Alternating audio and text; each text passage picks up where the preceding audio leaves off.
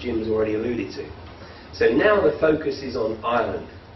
And if Ireland capitulates, as unfortunately everybody expects it will, Ireland capitulates, basically the UK is not far behind. Because there is an agenda here that effectively covers the world. But we're going to focus tonight on Ireland because it's right in the forefront in Europe, and then obviously what's planned for Europe. The UK is about 7th in line at the moment, because once Ireland capitulates, they're going for Greece, Portugal, Italy, Spain, and then they'll start to turn their attention on the UK because, as you'll see, the UK is in a extremely precarious position. Thanks to Tony Blair, ostensibly, but Tony Blair did exactly what he was asked to do. That's why he is going to be, at some juncture in the not too distant future, an EU president.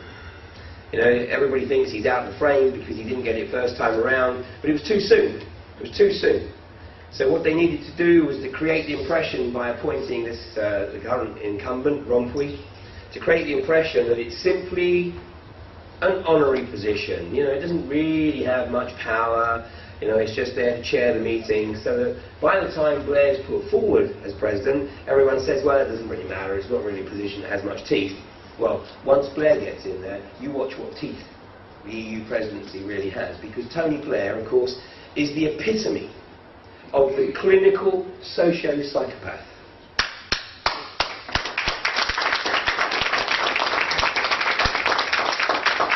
And he can do it with a smile on his face. And I mean, the guy has such an incredible capacity for lying. I mean, there's very few other politicians that can do it with such aplomb. That's why Obama is really failing, because he has to read his scripts. And if the teleprompter fails, he completely loses it. There's a joke in America that says, if you ask Obama what he's going to talk about 5 minutes before he goes onto the platform, he hasn't got a clue. And if you ask him 5 minutes after he's come off the platform what he just talked about, he hasn't got a clue. He reads the prompts. And there's some wonderful YouTube clips which you can find where the teleprompter breaks down and he's totally screwed. Blair was brilliant because Blair didn't need a prompter. Blair was able to learn the script and was able just to sort of spiel freehand. That's why Blair is the chosen one. And the first clue, by the way, the first clue was that he was going to be a shoo-in for the EU presidency at some juncture was when he converted to Catholicism. Because the EU is a Catholic entity. So just the same as in the UK, it's most unlikely that we would have a Catholic Prime Minister. We can have a Jewish Prime Minister, we can have an atheist, an agnostic, and a Protestant, of course, but not a Catholic. The EU is completely the inverse.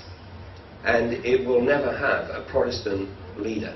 It's going to have a Catholic leader. Tony Blair converting Catholicism enabled him to go into that position. So Jim's done a really excellent job in introducing you to who's really running the world. Jim had this problem last night where we couldn't get the prompter to work. This time it's my turn. And then when this happens, I'm afraid I have to demonstrate the absolute limitations of the male of the species, which is that I cannot do two things at once. I cannot get this to work and talk at the same time.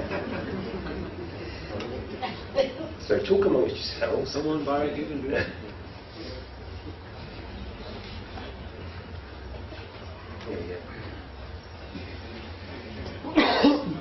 Well, let's try that. Voila. Voila. Who really rules the world? Well, Jim's given you a pretty good insight into that, and I'm not going to get into all the detail.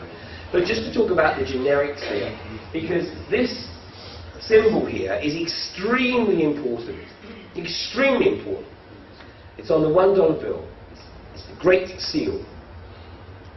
But the symbolism signifies separated capstone, the eye and the separated capstone. And what this represents is the knowledge and the wisdom retained by the few, never to be shared with the masses. And anyone who is an initiate, or deemed to be an initiate, or deemed to have access to any of this information, if, God forbid, they start to share it, then effectively they are eliminated. I mean, you know, I talk about this with one particular individual who, in the US, was pretty much saying exactly the same as I was saying in Europe regarding the BP oil spill. But he was an insider. He was a member of the Council on Foreign Relations, this guy called Matthew Simmons. And on August the 6th, I think it was Sunday, August the 6th, he was taking a break from his television work, and he unfortunately died in his hot tub in Maine, supposedly from a coronary. So, you know, these guys don't mess around. Benazir Bhutto is another one. Benazir Bhutto was eliminated because she let slip in an interview to David Frost that Osama bin Laden had been murdered. And the BBC even tried to cut that piece out of the interview. Because David Frost, of course, being a very safe pair of hands, why do you think David Frost was the chosen one to interview Richard Nixon? You know? He's a safe pair of hands. So when Benazir Bhutto let this slip, he just let it go straight over his head. But Benazir Bhutto put it out there. Of course, it was all over YouTube. There was a big furore when the BBC cut the clip out. So she was taken out. And, you know, obviously the list goes on and on and on. These guys believe they can act with complete impunity. Because when they take out their own, they work on the basis that the general populace really don't care too much because, you know, they can just get on and do this. So this is the separation here. And it's so important to them that even symbolically they will never allow the capstone to be connected to the pyramid. And back in the millennium, there was going to be a massive concert on the Giza Plateau. I mean, the Egyptian government had booked Jean-Michel Jarre to do one of his light show spectaculars, and the grand finale was going to be a helicopter lowering a golden capstone onto the top of the Pyramid of Cheops, making the pyramid complete again. But the inner sanctum said, oh no you're not. And they shut it down. They told the Egyptian government that if they went ahead with this, then they would find that their aid would be greatly reduced. So the concert didn't go ahead. And there was no way they were going to allow, even symbolically, the capstone to be connected to the pyramid. Now, through history, and I think, you know, Jim has adopted an excellent approach in sharing quotes with you from people who have held positions of high office, who have gone onto the public record to acknowledge that there are incredible powers behind the scenes. And many of these people, when they go into high office, they actually have no idea at all, how little autonomy they will have once they actually assume a position. I mean, does anybody here know of Bill Hicks? Yeah, a wonderful comedian, of course. Well, Bill Hicks told a story way back in the early 90s. He said, you know, I had this vision that every time a new American president is sworn in on the White House lawn, immediately after he's taken the oath, he's taken down into the basement of the White House and he's shown the real film of what happened at Dealey Plaza, where JFK was assassinated in 1961. He's shown the real film, and they let it sink in for a minute, and then they say, now, Mr. President, any questions? Well, you know, we've got a situation like that close at home, because Gordon Brown, of course, was the Chancellor or Prime Minister in waiting for 11 years, living right next door to Tony Blair. But even though they were that close, geographically, of course, they weren't close personally, and because Tony Blair was a consummate actor and would never let it be known that it wasn't him making the decisions, I believe that when Gordon Brown actually got into number 10, he was totally unprepared for the magnitude of the pressure and the power that would be brought to bear on top of him, even though he was the Chancellor. And a classic of that was that there's actually no record of Gordon Brown ever using the phrase New World Order until January of 2008. And then he was using it in a speech in India. And it's very haunting. I mean, he gives the speech as though he's delivering it, but he doesn't really want to be saying it. But a few months later, I mean, it was just flowing out of him. And in fact, he gave a speech at the Confederation of British Industry. in May, which was about 6 weeks before he was actually sort of sworn in as the unelected Prime Minister. And in that speech, he uses the words New World Order, New Financial Order, New Global Order 17 times. So when he gave the speech in India, it sounded as though somebody actually said to him, Gordon, you want to be Prime Minister, you need to start embracing this philosophy. You need to start making it very clear that you are going to buy in to the New World Order. And because the guy wanted to be Prime Minister so bad, of course, he sold his soul. Completely sold his soul. I mean, I believe he's a broken man now. So, but he's just made his first speech on the back benches, hasn't he, since coming out of position. But such is the power. And Woodrow Wilson, the guy who was president when the Federal Reserve was established, and Woodrow Wilson realised that he had effectively sold the American dream to the banksters. Woodrow Wilson said, we have come to be one of the worst ruled, one of the most completely controlled and dominated governments in the world. No longer a government of free opinion, no longer a government by conviction and vote of the majority, but a government by the opinion and duress of small groups of dominant men. Beautiful. Now, you know, he would have known, basically, he would have known that these small groups were connected, were interconnected. And I believe that he would have actually considered some of those people to be not necessarily friends, but, you know, close associates or close advisors. And I'm going to introduce you to one of those people who was an arch manipulator in just a minute. But during the course of the presentation, I'm also going to share some extracts from a document, and I'm going to tell you what the document is at the end of the evening, because it's a really remarkable document. It's incredibly prescient. It's a document that appeared in the public domain as recently as 2002. And in 2002, you know, just 8 years ago, then anybody reading it would have said, oh, this is a complete crock. I mean, this is just a work of fantasy. But here we are, 8 years on, and pretty much, if you go through that document, everything that's in that document is happening, or in the process of happening. And as Jim said, you know, we don't come out on the road to, you know, to preach, or even to tell you that, you know, what we're telling you is the definitive version. You know, this is a very fast-moving arena, and new information is coming into us all the time. And you know, we're working at it full time, and it's tough for us to keep up with everything. But you know, we encourage people to really take things away, take the seeds that we sow, and then use those seeds and do your own research, come to your own conclusion. Because you know, ultimately, the more people are looking at this, I mean, my life has got so much easier since I joined Facebook. You know, because people are feeding up information all the time, and actually, you know, I don't want to get you to think that I'm getting lazy and I just sit there watching Facebook all day. But you know, people are posting stuff on our Facebook pages now, which give us leads that maybe we wouldn't have seen or picked up. So you know, we are using the technology, you know, to maximise the opportunity we have for trawling the information that's out there. You know, we encourage you to do the same. So the first of these quotes. The truth will be hidden in their face, so close they will not be able to focus on it until it's too late. Oh yes, so grand the illusion of freedom will be, that they will never know that they are our slaves. When all is in place, the reality we will have created for them will own them. This reality will be their prison. They will live in self-delusion. When our goal is accomplished, a new era of domination will begin. Now, Jim referenced a book by Zbigniew Brzezinski, written in 1969, published in 1970. And it's an incredibly prescient book.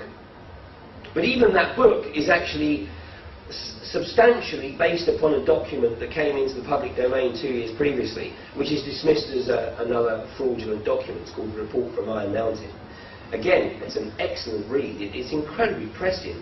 This is a document that was put together by a right-wing think tank in the early 1960s, just after the Berlin Wall had been put together. It was a group that was pulled together to look at alternatives to war for controlling the masses. Well, actually, that particular group in the 60s decided that there really wasn't an alternative. War was still the best way cull the population and feed the economy through creating waste. It says, when our goal is accomplished, a new era of domination will begin. Well, I think what we're going to show you, we started to show you tonight, is that these guys believe that new era of domination is this close. This close. We are at a remarkable juncture in our evolutionary process. You know, these guys believe they've absolutely got us where they want us, and they can achieve total subjugation. And they are getting so brazen about it that they are telling us, they are putting what they're going to do in the media. And they're basically saying, you know, we've told you guys, but you are so freaking stupid. You can't pick it up, you can't see what we're doing. We've dumbed you down, the fluoride in the water, the vaccines, the GM foods. You are so compliant, we can actually put in your media, tell you what we're going to do, and you will do nothing. And I'll show you how they do that. The major control that, of course, they've introduced, instead of war, it is economic war. It is war through debt. And you know the definition of mortgage? Mortgage, the grip of death. Mortgage, the grip of death. You see, many times everything's in your face. When Tony Blair came to power in 1997, his mission was to effectively destroy the wealth created by the Thatcher years. Okay, now, not everybody benefited from the wealth created by the Thatcher years, but nonetheless, certainly she had spread the wealth. When Blair came to power, his task was to get everybody into debt, so that in the belief that we had ended the boom and bust and it was all going to be boom, and then the bubble could be burst at some juncture. I mean, look at what he did with students, like setting up student tuition fees. Because when Blair came to power, basically the majority of students had the opportunity, if they had the capability, they had the opportunity to go to university, and effectively that was paid for by the state as a nominal contribution based on means testing, etc., etc. But when Blair came to power, changed it all, put in the tuition fees. Don't worry about the tuition fees, don't worry about where the money's coming from, because we're going to loan it to you. We're going to loan it to you. So not only did they start loaning the money to the students, but they started creating bullshit degree courses, Mickey Mouse degree courses that had absolutely no future whatsoever. So when Blair said, more young people have gone to university under our government than under any previous government, he wasn't lying. But it was deliberate. It was deliberate to create a generation that's in debt. So basically anybody who's been to university over the last 3 years is probably saddled. I mean, the average debt of a graduate is currently £15,000. Average. And my eldest daughter is 28, and her student debt, she has no idea what it is, because she has no intention of paying it back.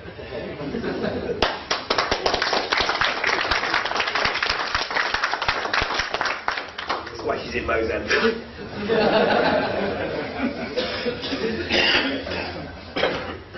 Earning £700 a month, and living like a queen. Anyway, so the way this debt is created, both on a microscopic basis and the macroscopic basis, is through a system called fractional reserve banking. Now, you won't find too much written about this in the mainstream media, because they don't really want people to understand how it works. So what I'm going to just do over the next few minutes, I'm going to give you the 101 of fractional reserve banking. Okay? It's not the minutiae, but it's pretty much an overview of how fractional reserve banking works. Now, fractional reserve banking is actually mystical. It's incredibly mystical. In fact, it's even more mystical than alchemy. Because with alchemy, you actually need lead, apparently, to be able to turn it into gold. With fractional reserve banking, you need nothing at all. Nothing. So, we start with the central bank, which creates itself out of nothing, thin air. The central bank awards itself, let's say $1 million. Now, we can give it the benefit and say, well, in this case, it actually has got $1 million worth of gold. But just for example, the Federal Reserve, one of the reasons that Ron Paul is desperately trying to get an audit of the Federal Reserve is because Ron Paul suspects that all the gold supposedly held by the Federal Reserve has gone. And there's a rumour circulating that all the gold, or much of the gold in Fort Knox, is actually gold-painted tungsten bars that are worth marginally less than a gold bullion. So 1 million, let's give them 1 million worth of gold, and they work on the basis now of a fractional reserve rate, and we'll be generous here, they're conservative, of 5 to 1. The central bank then lends to, let's say, the regional banks. So we have Bank A, Bank B, A and B, they're the regional banks. And then the high street banks, in this example, B, C and D. So the central bank needs to get that 5 million, which doesn't really exist, except on a computer screen, but it needs to get that 5 million into the system. So what it does is it lends $1 million basically to each of the regional banks, and then it decides that it's actually going to lend to the high street banks. It doesn't normally happen that way, there's other banks in between here. But what it's done is it's put that 5 million into the system. Now the regional banks are a bit less conservative, so they're operating on a fractional reserve rate of 10 to 1. So the regional banks have converted this 1 million that didn't exist in the first place to 10 million that doesn't exist at all. But it's in the system. So now, this 1 million is converted to 10, this 1 million is converted to 10. Now when it gets interesting, is out of this 10 million, these guys are going to lend the high street banks some of that, and the high street banks are also going to work to a ratio of 10 to 1. So they're going to use this money and they're going to create 20 million, this one's going to create 30 million, this is going to create 20 million. So from the original 1 million, which probably didn't really exist in the first place, we've now got 10, 20, 40, 60, we've got 90 million in the system. And that's just all put out there and people are told to go spend it. Yeah, don't worry about it, go spend it. The only problem is, they're putting it out there on the basis that one day they're going to get it back. But they're going to get it back with interest. So they put out the money, they put out the capital, and encourage you to borrow it at cheap rates because you think you can make it, convert it into a little bit more money. But they don't put out the interest, so the interest has to come from somewhere. And the interest comes from the common wealth, the wealth of the people or the wealth of the nation. So what we have here is the central bank putting out the loan capital into the country, the generic here, i.e. the country, the state, the country, the people, the country, the corporations, it's generic going into the country. But the central bank wants its loan capital back plus the interest. So unless the nation has a means of creating wealth through things like manufacturing, through things like farming, through things like natural resources like oil and gas or woodland, unless it has a means to create wealth and generate wealth, which means trading obviously with other countries and taking some of their wealth, then unless that is on offer, every year the national wealth is actually going to get smaller. Because the loan capital plus the interest, it's the interest that's going to cripple the country. And each year the national wealth is going to get smaller and smaller and smaller until it's in negative. And from that moment onwards the debt gets bigger and bigger and bigger until the debt exceeds your capability to produce wealth. And where we're at right now is exactly that situation. And once the magnitude of the debt reaches the point where it exceeds a country's capability to produce wealth, it's in a death spiral, an absolute death spiral. And that's the situation that basically much of Europe is in right now. And Ireland, although not necessarily actually the worst case, But the Republic is a country of 4.7 million people. And these guys believe that because it's 4.7 million people, they can achieve what they want to achieve here with relatively little resistance. They might get a bit more resistance if they tried it on one of the bigger countries first, as we've seen in Greece and in France. So this is what's happening, and what I'm going to do for the next sort of hour or so is take you through a little bit of how that's been allowed to happen, and then take a look at just maybe some of the things that we can do to recover this situation, because it doesn't have to be this way. But these guys are working on the basis that nobody has the capability to see the alternatives. Because those people who do have the capability to see the alternatives, they've got their snout so far in the trough, they're all bought and paid for, and they will not run the risk of losing their lifestyles. They've sold their souls, absolutely sold their souls. Now, that said, I do believe there's a lot of good people in government, in civil service, in the police, in the military. And when the time is appropriate, when the appropriate leadership emerges, then I believe that those people will actually help swing around the situation. But until such time as something occurs which brings that about, then this is the situation we're in right now. So basically we're in this situation right now, around here in Europe. All the countries are in pretty much this situation, with the exception really of Germany and France. Now, Woodrow Wilson, I said that he would have considered one of these arch manipulators to be one of his close confidants. And there's a guy I'm going to introduce you to, and I'm pretty sure that there's perhaps at best one or two people in the room that have heard of this guy, because I'd never heard of him. I mean, I was into some really deep research before I stumbled across this guy. It's a guy called Bernard Baruch. Anybody heard of this guy? Yeah? Okay, that's because you were at my presentation last night. That doesn't count. Bernard Baruch. And unless you've read A.K. Chesterton's book, which is actually where I came across him, A.K. Chesterton wrote a book in the 1960s called The New Unhappy Lords. And it is an incredibly prescient book. A.K. Chesterton foresaw exactly what was happening in Europe. Now, he was a Brit of the time. I mean, he was a product of the British Empire.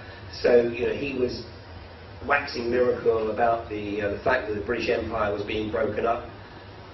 But this is the guy who was the architect behind that. But A.K. Chesterton had the foresight to be able to see exactly where it was going. So although the book was written 40 odd years ago, then it is a great read in terms of coming across an individual that actually could see what was happening. And everybody said, "Oh, this is just ridiculous." No, I mean, the guy is on another planet here. This guy was known as the park bench consultant, because he didn't have an office per se. He basically had a bench in the parks around Washington, and people would go to him. People would go out of their offices and they would go walk into him, and he would basically tell them what it was they needed to be doing. This was the guy who was effectively the go-between between the inner sanctum of those who believe themselves to be the rightful rulers of this planet, a group that a guy called Dr. John Coleman, who researched this through the 80s and 90s, he wrote a book in 1986 called The Committee of 300, and he refers to the inner sanctum as the Olympians. This guy undoubtedly was in direct contact with that inner sanctum. He was the predecessor to the likes of Zbigniew Brzezinski and Henry Kissinger. When this guy died, when Brzezinski and Kissinger came into the frame. This is the guy who forced Woodrow Wilson, persuaded, I'll be generous, to set up the Federal Reserve. This is the guy who made sure that the Warburgs, Max and Paul, were financing both sides of the First World War to make sure it was a bloody good war. Max on the side of the Germans and Paul on the side of the British and subsequently the Americans. This is the guy who set the reparations level at Versailles for the German nation at 360 billion Deutschmarks, an impossible sum at the time. I mean, it was ultimately, it was even deemed to be so outrageous that ultimately it was reduced to 240 million Deutschmarks. This is the guy who instructed, effectively, the Federal Reserve to withdraw 30% of the financial resources from the American economy to create the initial crash of 1929. But it wasn't the initial crash that wiped out the wealth of the middle classes. It was the deceit, i.e. convincing everybody that the crash was over, everything was well on the way to recovery, and then in 1933, boom, pull the rug out and literally take everybody's wealth. Now in 1932, he was the guy who instructed the then President, Franklin Delano Roosevelt, to confiscate all privately held gold. The US is still the only country in the world to have confiscated the gold of its private citizens, which is one of the reasons why US citizens, when they buy gold, they do it as discreetly as possible, and they certainly keep it in places where the banks ain't going to know anything about it. This is the guy who manipulated the events that led to America coming into the First World War, i.e. the manipulation of Pearl Harbor. And this is the guy who was the architect of breaking up the British Empire, and yet nobody's ever heard of him. Amazing, isn't it? Amazing. And now, of course, it's ancient history, because there's really fewer and fewer people who are alive during that particular period. He was also the architect of what needed to happen in the longer term. The breaking up of the British Empire was extremely important, and of course he made sure it happened as soon as possible after the end of the Second World War. He was also a Zionist, in the true sense of the word. He was a student of Herzl, and he was the guy who was driving the ultimate establishment of the State of Israel. I'm not too sure yet of his participation or how direct his involvement was in establishing the Balfour Treaty, but I wouldn't be at all surprised if his hand wasn't in there somewhere. So, quite a remarkable guy. And his ultimate dream was then, beyond the British Empire, was establishing the means of his moving towards the one world government. Now, these guys work in very, very long-term agendas. I mean, this is my specialist area, deep geopolitics, which is looking at their long-term goals. These guys work on the basis of 100, 200, 500, 1,000-year agendas. And they also work on the basis that the nature of their game is to keep the masses locked into short-term agendas. You know, most people can't actually think much beyond the next salary check, and there's an increasing number of people who can't think beyond the next episode of Coronation Street. And whilst they're focused on that kind of short time scale, these guys can plan their game with impunity. What he was forecasting or proposing, and every part of his agenda was leading to, was the creation, ultimate creation of the one world government. And so, although he's no longer on this mortal coil, or not in that physical body anyway, these guys have a unique belief system that bears no relationship to any of the orthodox belief systems on the planet. I actually discussed this in a presentation that I made 4 years ago called The Hidden Agenda, where I explore and explain the belief systems that these guys hold and the reason that they perpetrate the agendas that they do. So, Baruch's dream was to establish the one world government, and his strategy, his proposed strategy, was through regionalising the economies. And of course this is exactly what's happening, because that is what Europe looked like at the end of the Second World War. So here we are, that after Second World War, which is what, 65 years, we're 65 years beyond the end of the Second World War, when we had 27 sovereign nations.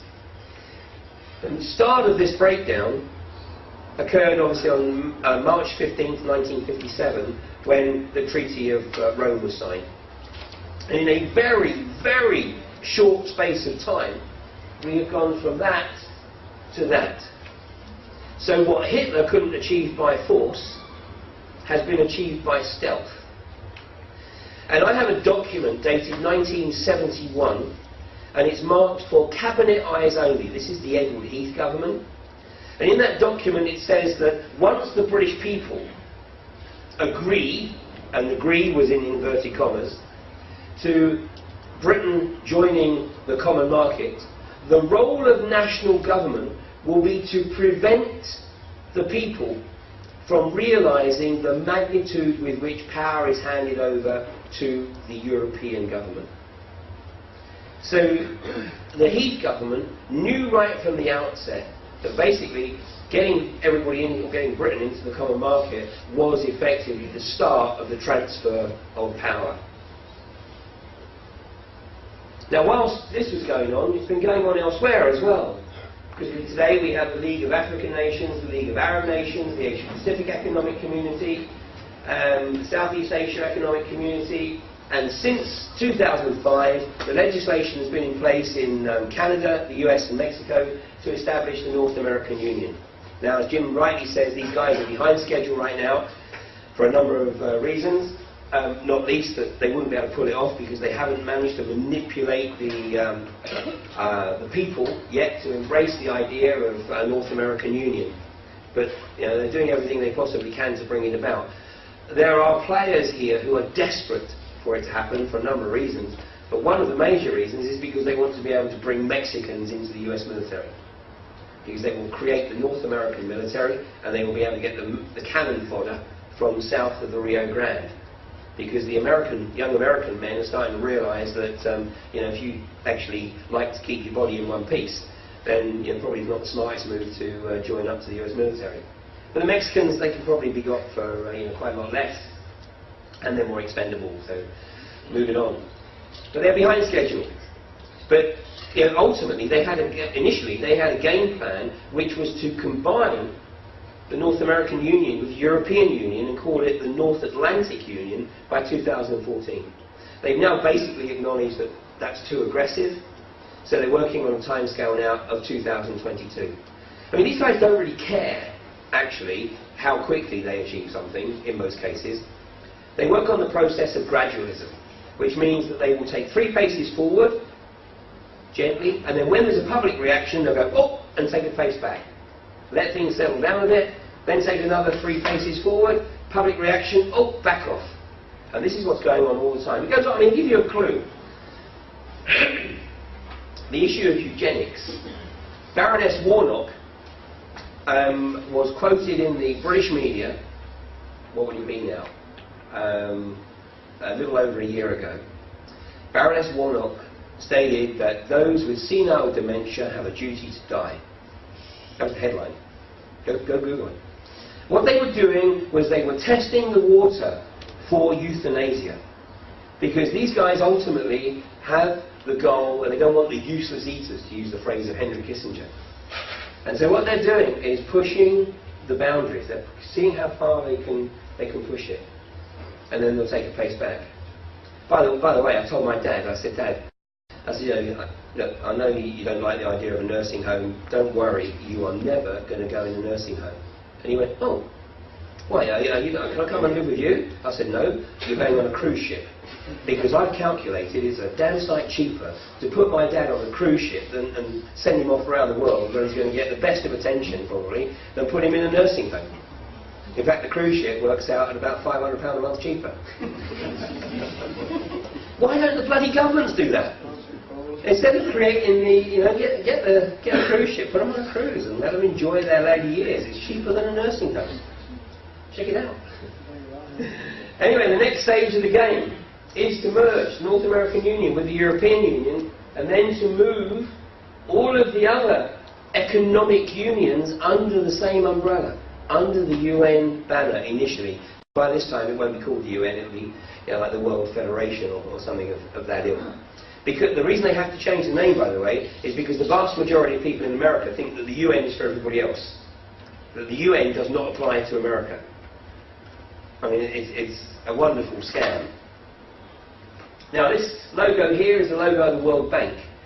And Jim referenced a book that I absolutely endorse as essential reading, The Economic Hitman by John Perkins. Because John Perkins' job, working for the World Bank, was to go and get developing nations, and particularly those developing nations that had natural resources, was to go get them into debt. And John Perkins knew that if he was unsuccessful in seducing that third world leader into buying into his infrastructure schemes, and i.e. encouraging the third world country leader to effectively take on a whole bunch of debt to the World Bank, then that world leader would be taken out of the equation, normally in an aeroplane crash. It's an excellent book. John Perkins was bought off by the World Bank. He was given effectively a $1 million a year contract to do nothing. All he had to do for nearly 20 years was be an expert witness every now and again. But after 9/11, he realised that he could no longer keep silent, and that was when he wrote the book. Is he still alive? Yeah, he's still alive. He's, but you see, they're trying to demonise him because what he's done is he now spends a lot of time, down in South America, and he's written a number of books on shamanic practices, and so they try and demonise him and marginalise him now as sort of part of the the New Age construct.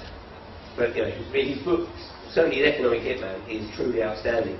The World Bank has as its henchman the World Trade Organization, which of course has nothing at all to do with trade, and the World Health Organization, which should properly be named the World Sickness Organization, because the role of the World Health Organization is to keep the planet in permanent sickness. Because the World Health Organization is the organization of the pharmaceutical industry. And the pharmaceutical industry, in 2002, and I'm going to use 2002 because that was before the invasion of Iraq and before the rapid increase in oil prices, but in 2002, the profits of the top 10 pharmaceutical companies were greater than the combined profits of the other 490 companies on the Fortune 500. The pharmaceutical industry has a very, very simple business agenda, and that is that every human life form is a potential revenue stream from the moment of conception to the moment of death. And the sooner that they can get that life form hooked on the pharmaceuticals, then obviously the better they like it. And what we see, of course, is a very aggressive pharmaceutical industry. The HPV vaccine that is now effectively being forced on all 13-year-old schoolgirls was introduced at the behest of GlaxoSmithKline, and the financial controller of GlaxoSmithKline was sitting on the board of Ofsted, driving through that agenda. And of course, there's money, it's a license to print money. The fact that every 13-year-old schoolgirl is going to have this vaccine, say nothing of the effects of it, and Jim has already touched on that. Now, all the countries in the dark blue are countries that are fully signed up to the World Trade Organization, which basically means the World Trade Organization works fundamentally the same way as the EU.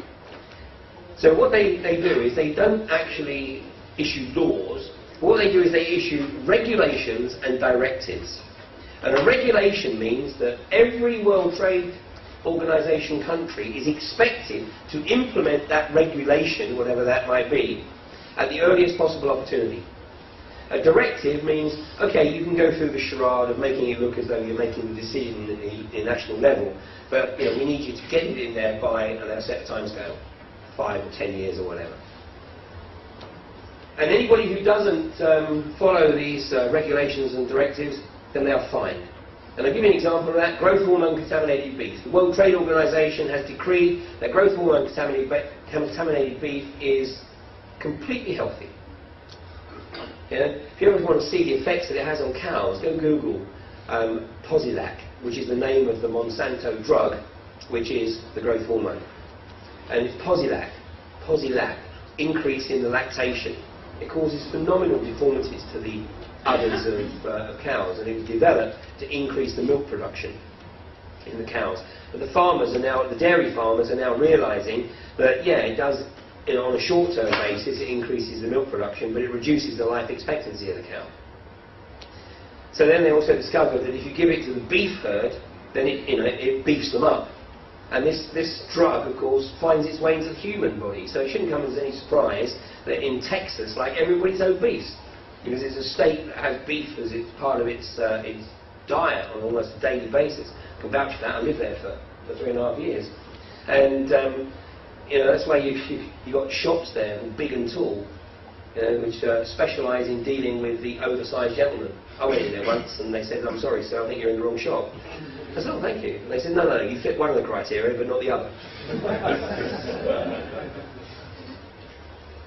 Go back to that document I was referring to, the next quote from it here. "We will make them kill each other when it suits us. We will keep them separated from the oneness of dogma and religion, as a by the dogma and religion.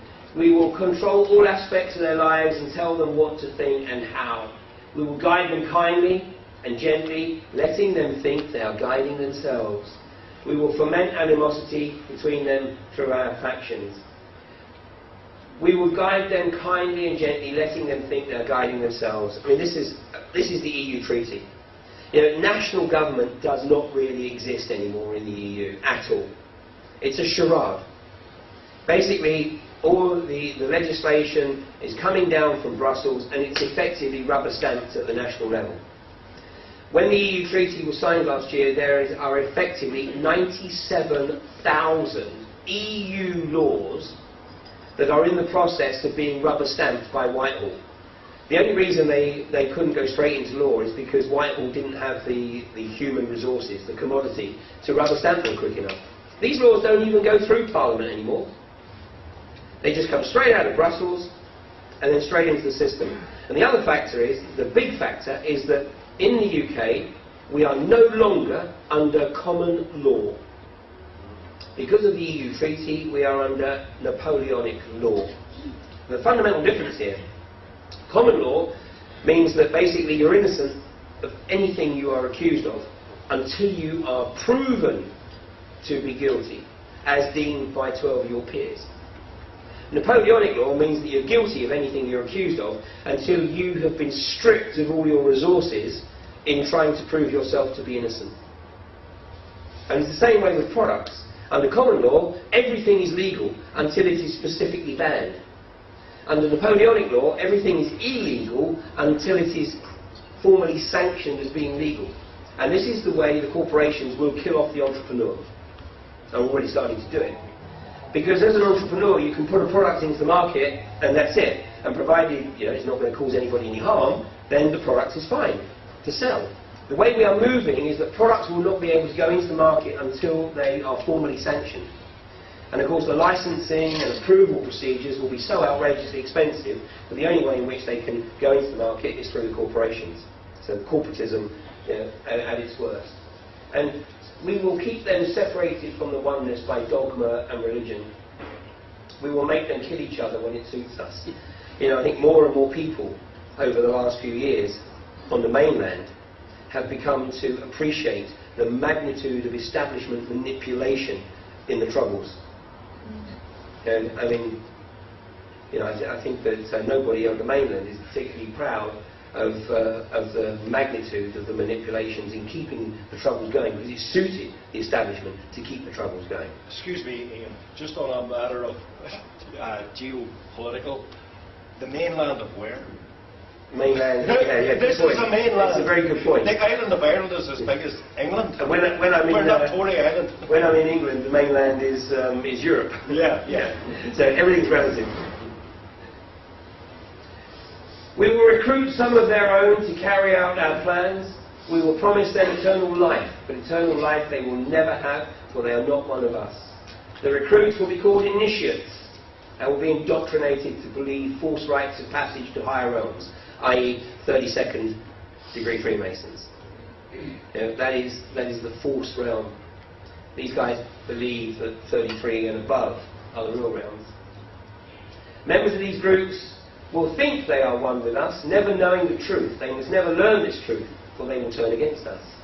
For their work they will be rewarded with earthly things and great titles, but never will they become immoral and join us. Never will they receive the light and travel the stars.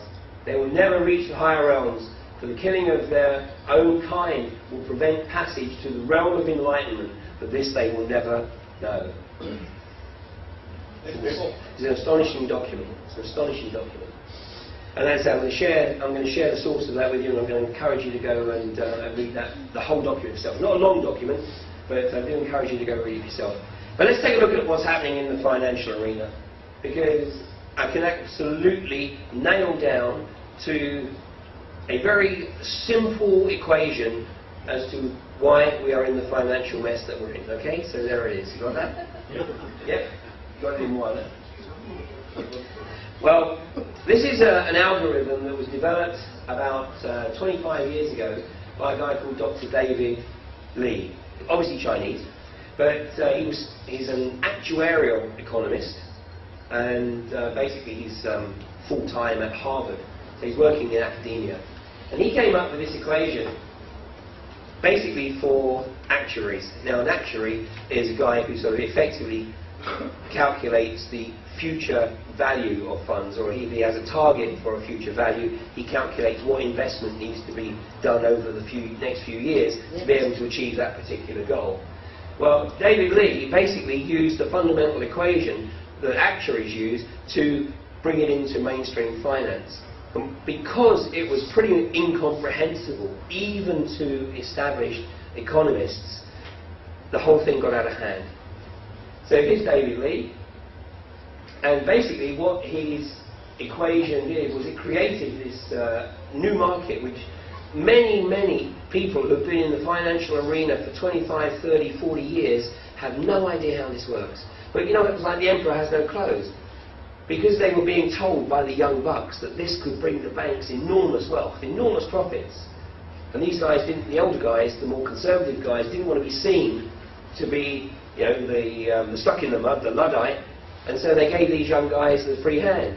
And of course what was happening, that the young bucks were taking advantage of all this money, this fake money flooding into the system. And then they were creating these derivatives and the credit default swaps, these things that are known as exotic financial transactions. Exotic financial transactions. And there's a guy called Felix Salmon writing in Wired about 18 months ago, nearly 2 years ago, and he said, but this is a bit like shutting the door after the horse has bolted, because the downturn had already happened. He said this is a formula for disaster. Absolute disaster. But I mean, even in 2009, even at the start of 2009, when you could see exactly what was about to happen, the banks still kept saying, no, we can get our way out of this. All we've got to do is just keep pumping money into the system. Which, of course, just got everybody, at the microscopic level and the macroscopic level, more and more into debt. Now, Australia, which is actually in quite a reasonable financial position, there's a program where they were trying to explain the reason why Europe had got itself into this outrageous debt spiral. And I just want to show you a short clip from a sketch that was on that program.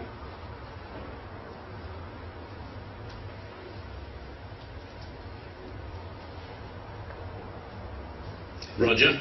That's your name? Roger. Good. And what do you do, Roger? I'm a financial consultant. Consultant, eh? Roger. Yeah, terrific. And Roger, how's business at the moment? Not bad, thank you. Been a bit quiet lately. How do you mean lately? Since the war, been a bit quiet. Fair enough.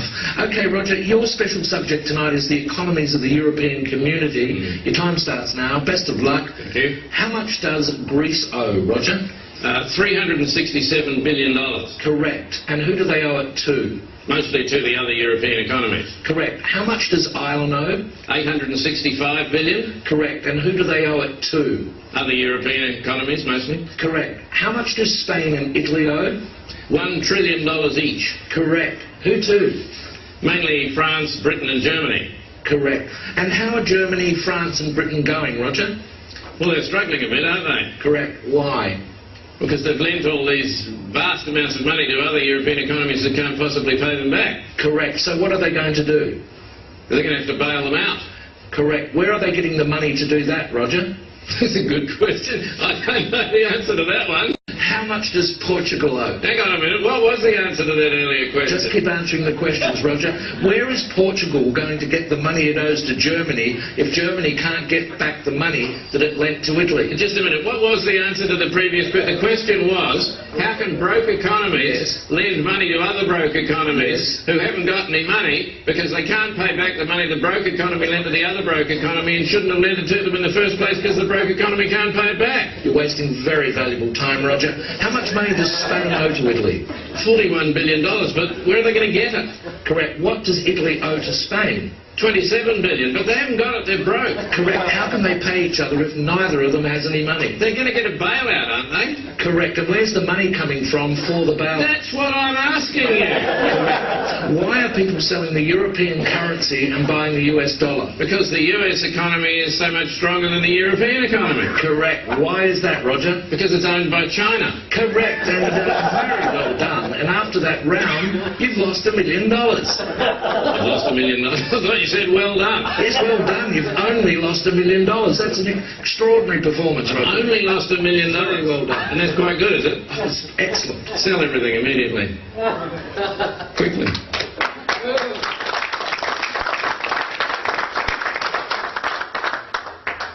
Every number that guy mentioned there is absolutely correct.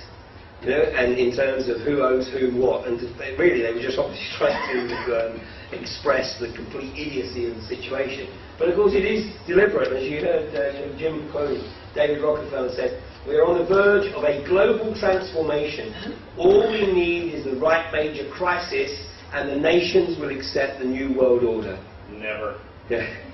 Well, these guys believe that that is the case. They absolutely believe it's the case. Public opinion will be led to adopt without knowing it the proposals that we dare not present to them directly. All the earlier proposals will be in the new text, but will be hidden and disguised in some way. What was already difficult to understand will become utterly incomprehensible, but the substance has been retained.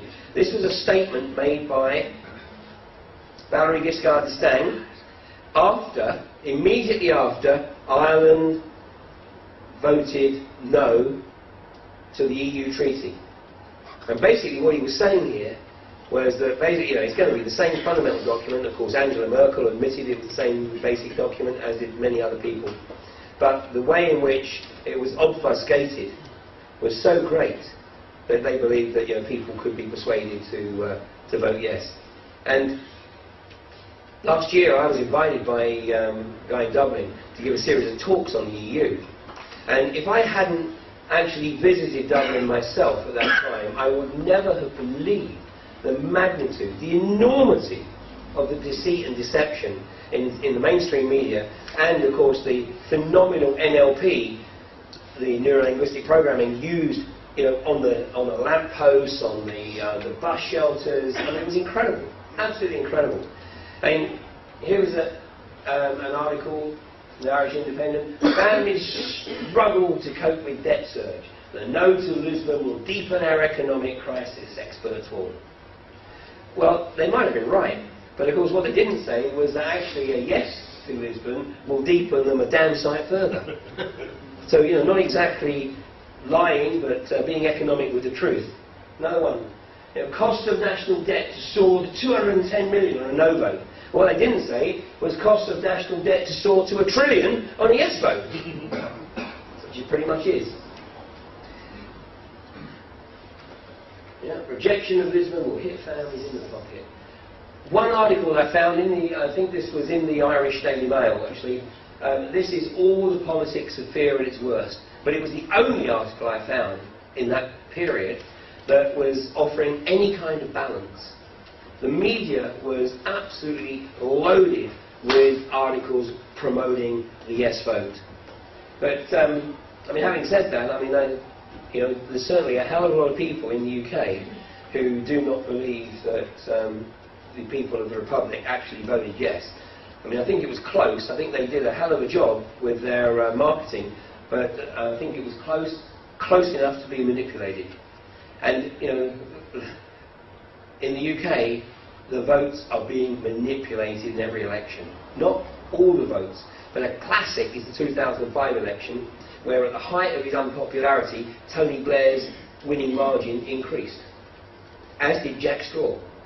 Jack Straw, Foreign Secretary at the time, representing an ostensibly Muslim constituency, and his margin increased. There's no way, absolutely no way. Postal votes. Postal votes is the method by which voting is manipulated in the UK.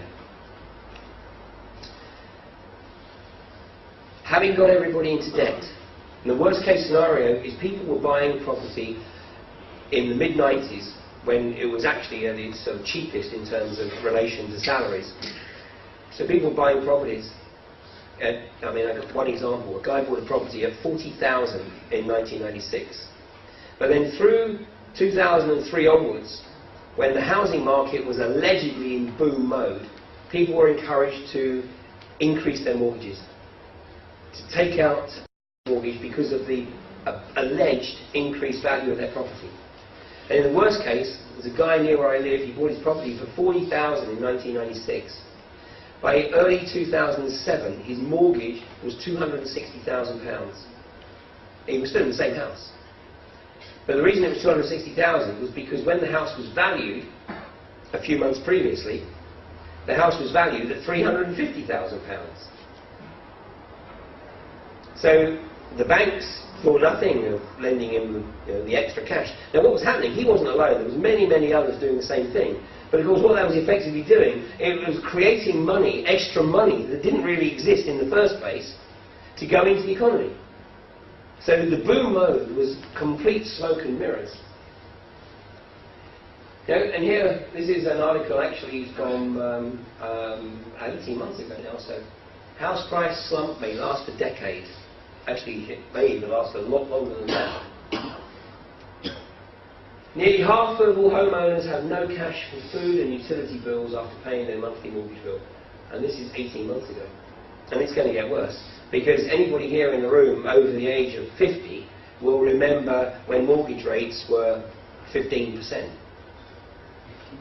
And what's happened is, back in the late 70s, when mortgage rates hit 15%, there was an absolute cap. No responsible borrower would lend an individual more than 3 times their income. Today we have situations where people have been lent money on multiples of 5 and 6 times their income. We have situations where people have been lent 120% of the value of a property. And as the value of property slumps, and as interest rates rise, basically we're going to be in a world of foreclosure. Around 53,000 people are expected to lose their homes this year because they cannot keep up mortgage repayments. In the US, go Google tent cities. Tent cities. Because in the US, if a family default on their mortgage for 1 month, then they're out. The magnitude of debt in the UK, this is from the Independent in July. This is officially the size of the UK's public debt, 903 billion. But it emerged yesterday, this is how much we really owe, a toxic legacy for our children and grandchildren. £3.8 trillion. 3.8 trillion. What that means here is, look, the true scale of Britain's national indebtedness was laid bare by the Office for National Statistics yesterday, almost £4 trillion, or 4,000 billion. About 4 times higher than previously acknowledged. So who knows that this is really the truth either. Look at it here. This is what is completely outrageous. Absolutely completely outrageous. For the as yet unborn, it will leave future taxpayers with an additional burden of £200,000 each over their lifetimes to pay for public services enjoyed by this and previous generations. Even with current plans to reduce the deficit, the tax bill will still be as high as £150,000 over the life of somebody born in 2011. So in other words, our children and grandchildren, not born yet, because of gross incompetence at best, deliberate manipulation at worst, future generations are being born into a lifetime of debt slavery. Because if they have a burden of £200,000, assuming a 40-year working life, it means that somehow they have got to pay, before any of the services in their lifetime, but they've got to be basically paying £5,000 a year in tax to pay off the debt that was incurred by our generation. I mean, this is unsustainable, completely and utterly unsustainable. I mean, the currencies have to go into meltdown. So what we're looking at... But they're already realising it's not enough. And that's why countries like the UK, I mean, it was no coincidence, Ireland, the Republic, and the UK announced on the same day that they were going to sell off their national forestry lands. Because they'd been told that that's what they had to do.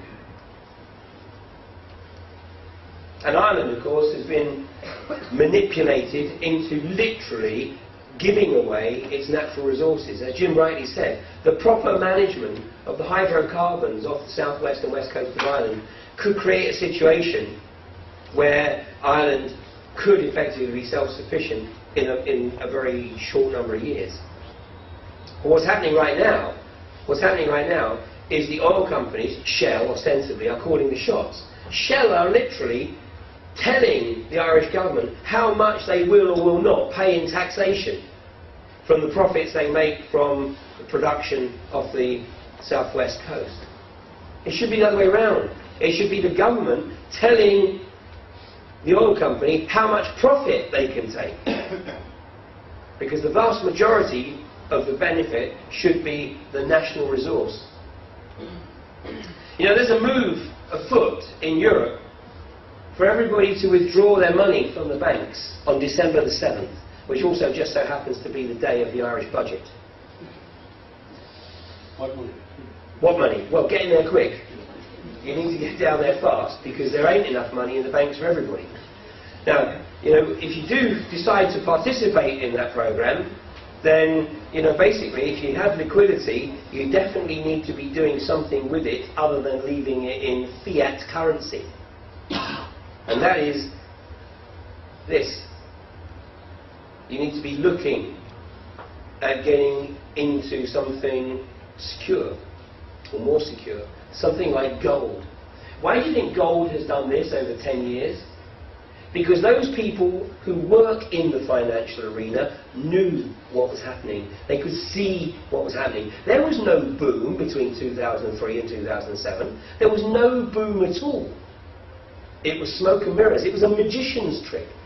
Because the way in which you calculate a boom is you put the stock market and the property market against the price of gold. And then you turn it flat, well, you turn it so the gold line is flat.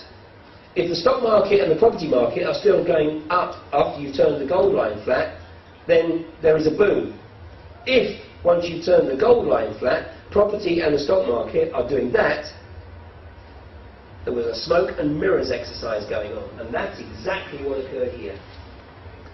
Pure. What was going on? We're going into gold. So we got a situation where Gordon Brown was instructed to sell the UK's gold reserves at $250 an ounce in the immediate months before 9/11. He was instructed to sell it to decimate Britain's wealth when it was absolutely known that this was going to be effectively what occurred in the aftermath. So here we are today. Gold is at $1,350 odd an ounce. I haven't checked the price today, but about $1,350 an ounce. But look at what it's done over the last 60 days. Gold in August just dropped below 1,200. Here it is today at 1,350 or so. 1,350. So basically, there's been a 13% increase in the value of gold in the space of just 60 days. What do you get on the bank? What interest do you get on the bank account right now? 1%, 1.5%, 2% at best. Yeah. And of course you will never find any articles in the mainstream media about gold. Never. Because they don't want people to know actually how easy it is to access the gold markets, how easy it is to trade gold, because they need your money in the banks where they can abuse it. No, we have to do questions at the end, and I'm going to get through it. We'll have time for questions, I promise you. So, you take a look at this for yourself. You go to kitco.com, K-I-T-C-O, kitco.com. That is the gold industry's Bible, daily Bible, real-time gold prices. You can see exactly what it's at. You never buy gold on the high street, by the way. So don't be tempted just to walk outside. It's a specialist market. But when the monies are taken out the bank, this is going to fly. It's going to go high. Silver, arguably, has more upside than gold. You know, economists in the US have calculated that if gold was, if all currency was truly backed by gold, the price of gold today would be $20,000 an ounce. Now, just to put the magnitude of the degree with which the currency is truly fiat, the debt, the combined debt of the US and the UK alone, just those two countries, is greater than the total amount of currency in the world today. You know, so this is why we are in a situation that's completely unsustainable. Ireland is the focus, but you know, I mean, I do it lightheartedly, but you know, this guy, you know, I'm not surprised he's going out partying, because yeah, he knows he has sold Ireland down the proverbial swanny. I mean, I think when the people of Ireland realise the magnitude of, at best, the incompetence, but more realistically the deceit and the treason that this guy has committed, then this guy probably you know, better go to the same place as some of the other people that have disappeared from public view. You know, a drunken premier playing right into the hands of the EU. Now, I told you earlier that you know, these guys actually do tell us what they're doing. They put it out there so that, because part of their belief system is they have to tell us what they're doing, because when we do nothing, they take that as a mandate to go ahead and pursue their agenda. So this was actually from a Fuller article, and the full headline was, "Will Irish Meltdown hit fragile recovery? Fragile UK recovery?" Well, buried in this article here, around about here, is the important paragraph. And the technique that's used is the important paragraph is buried about 3 or 4 paragraphs in a long article. But the whole idea is that you read it, but then by the time you get to the end of the article, you've forgotten the significance of that particular paragraph. Well, here's the paragraph. So, economists are referring to words such as Armageddon and apocalypse, blah, blah. But here is the worst of it. The EU chiefs not only think Ireland's crisis will turn into a national death spiral, they may secretly be hoping it will. No, again, they know it will.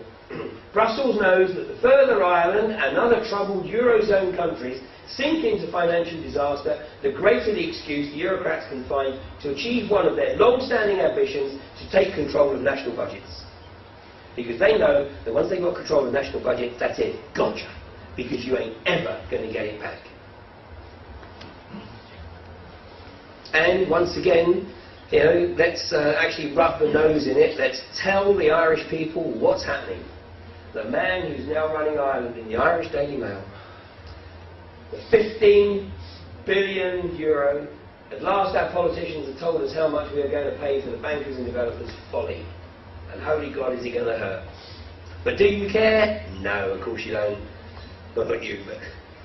Yeah, do you care? No. And they say, EU Commissioner who gave Brian Lenihan his understanding. Another phrase, we used to have those kind of meetings in the oil industry. We called them alignment meetings. And you had them when you had a rogue manager who was pursuing a different philosophy than the one you wanted him to. So you had an alignment meeting, which basically meant you slapped him around the head until he came into line. But that's exactly what's happening here. And Ollie Rehn, this Finn, this Eurocrat, is effectively the guy running Ireland right now. I mean, it's not even Ollie Rehn, of course. It'll be his team of economists, globalist economists, who will be giving him his script, and him obviously passing it on to Lenihan. This is going to cause Ireland to lose its commissioner. So ultimately, Ireland is going to have zero say, because Germany and France have already stated categorically that those countries that have really screwed up their economy big time are going to lose the right to have a commissioner. So basically, Ireland is on the brink of just becoming, you know, like a county within the EU. But I mean, here's the reality: the EU is on a completely other planet. I mean, this is from the Daily Express a few days ago. But let me show you. Even I think this is the Sun. Yeah, this is the Sun. You suck. This had to be the Sun, didn't it, really? How could I ever think that it wasn't? But, you know, quite remarkably for the Sun, once again, it is a classic case of the Sun pulling out the detail, knowing that probably only about 1 in 500 Sun readers will even bother to read this article, but it's out there. It's in the public domain. Nobody could ever argue that they weren't putting the information into the public arena. But let's look at the detail. So here's, Brussels budget gets a 5.9% boost. A 5.9% boost. So basically every country in Europe is being told it's going to have to accept austerity measures. Pensions are being cut, healthcare is being cut, employment opportunities are being cut. We're seeing part of the division being created by the demonisation of those on benefits. I mean, this is a complete crock. I mean, we're seeing the demonisation of people on benefits at the same time as employment opportunities are being removed. But it's being created deliberately to create division within society. But if everybody else is expected to make cuts, here, Brussels budget gets a 5.9% boost. Look at the detail, how the axe is falling across Europe. I mean, look at Ireland. The national debt is 77.3% of GDP. 77.3%. The UK is not in much better shape. It's 62.1%. Portugal, 85.8%. The reason they're going after Ireland first is because it's a smaller community. Spain, 64.9%. I mean, even Germany, 78.8%. And that's considered to be pretty good in Germany because they've still got ostensibly manufacturing and natural resources. The rest of Europe has basically sold off its manufacturing. It's outsourced it to China or wherever. Greece, 124.9%. So Greece is in terminal spiral. And once you go above 100, it's fundamentally irrecoverable until you do something completely different. And that, 48.5%. So in Ireland, cuts, public sector pay cuts, and of course a significant number of people in Ireland, a very high percentage of population, are on public sector payroll. Jobs Acts, child benefits slashed, tax raises. I mean, no wonder the all-military leave is being cancelled around the budget period, and all the Irish police or Garda are having specialist training in riot control.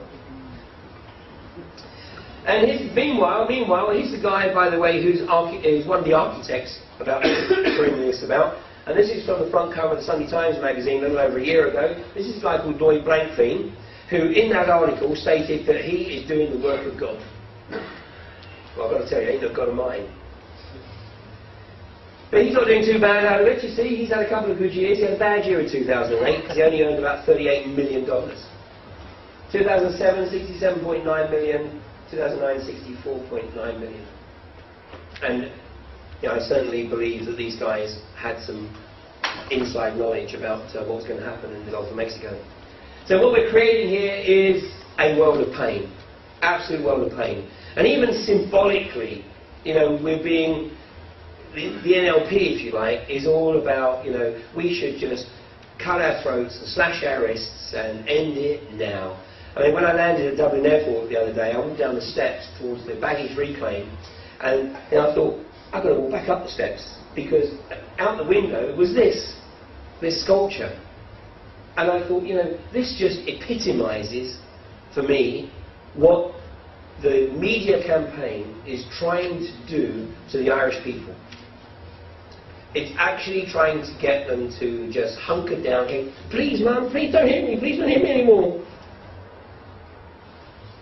And to do nothing. To just go and curl up in a corner. And then I went down the stairs and I went into the baggage reclaim board and saw that. EU, non-EU, no return. I thought, oh God, this is incredible. Mayor Amstel Rothschild said, let me issue and control the nation's money and I care not who writes its laws. The Irish Parliament, I mean, like I said, Britain's not far behind here. Already the vast majority of legislation being introduced in the UK does not come through Parliament. The only day the British Parliament is full is Wednesdays, Prime Minister's questions.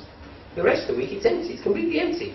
Because they know there's no point. I mean, there's absolutely no point in discussing stuff. The only reason they're all there on a Wednesday is because the cameras are there. Here's another statement from the Irish press, just making sure that the people understand that their politicians knew what was occurring. Nobody in the political system can argue they weren't warned about the possible extent of problems facing the country. And so you start to understand why it is that Brian Cowan, is quite seeking solace by just going out and getting wasted. Now, these guys driving this agenda believe that they have three very powerful tools at their disposal to carry out their agenda. And the first tool that they work on is apathy. Because they believe if they can drive the population into apathy, then they can pursue their agenda without opposition. The most powerful tool in their occult belief system is abdication. Because by definition, abdication means that we know what's happening, but we take a conscious decision to do nothing. And they believe that that is the most powerful tool that they have. And then, of course, there's willful ignorance. And they're working on the basis that 13% of people will know what they're doing. And that's a number, by the way, that excuse me, that's a number that Dr. John Coleman came up with in his Committee of 300 book, which he wrote in 1986, re-updated and republished in 2006. And Dr. John Coleman made the observation that the Olympians, the inner sanctum, acknowledged that there are 13% of the general population who are smart enough, astute enough, aware enough, awake enough to know what they're doing. But it's not enough. And those 13% must never be allowed to make connection with each other. But thanks to the internet, we're having the opportunity to connect. And I mean, even just a few years ago, it would have been unthinkable that we'd have had this number at a meeting of this ilk, and particularly perhaps not on a Friday evening. So it's indicative that people are starting to be aware and starting to take the interest in what's occurring. Now, when the anticipated reaction of the people who aren't aware occurs, when they start to be aware, this is going to be the safety valve. Now, the French are rioting, but the French riot anyway, it's a national pastime. So, they'll get it out of their system, and everyone in France knows that the French don't riot when it's cold, so, they've got another few weeks to go, and then it'll calm down. But here, in the other countries, of course, it's been going on in Greece for a while, unreported. And, it's been going on in Spain, unreported, Italy, unreported. And I'm sure when, the people of the Republic realise the magnitude of what's occurring, then, and many of them may well go and hit the streets.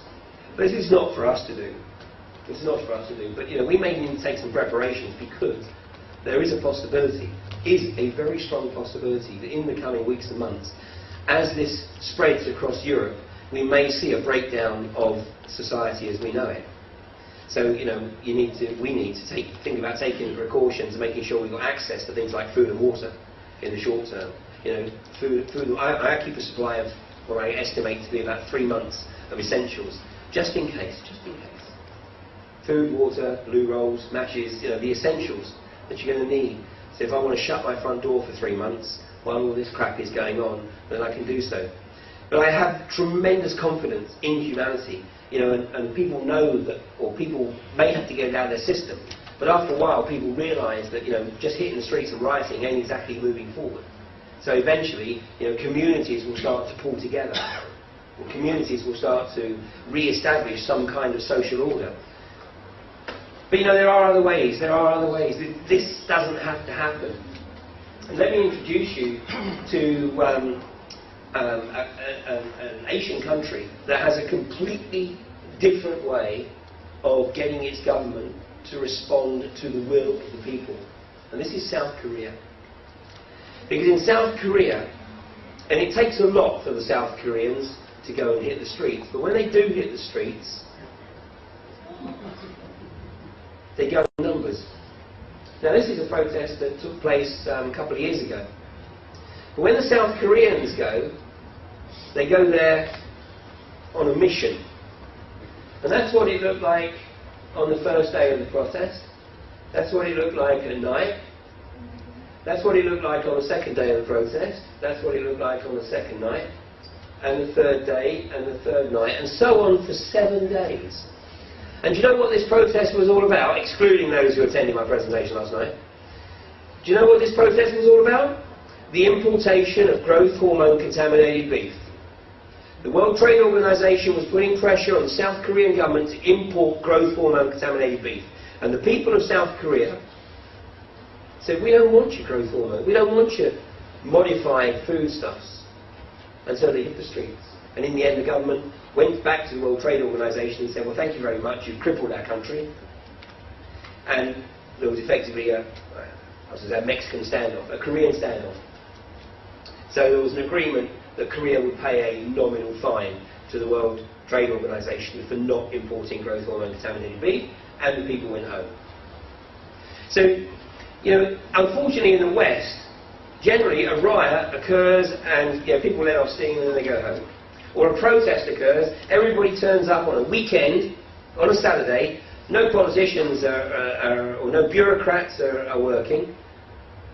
The only people who get benefit from the protest are the transport companies for shipping people there, the food companies for keeping them fed and watered, and the police for the overtime and the riot training. Nobody else gives a damn. So, you know, just maybe the South Korean model is something that needs to be considered in terms of getting a message across.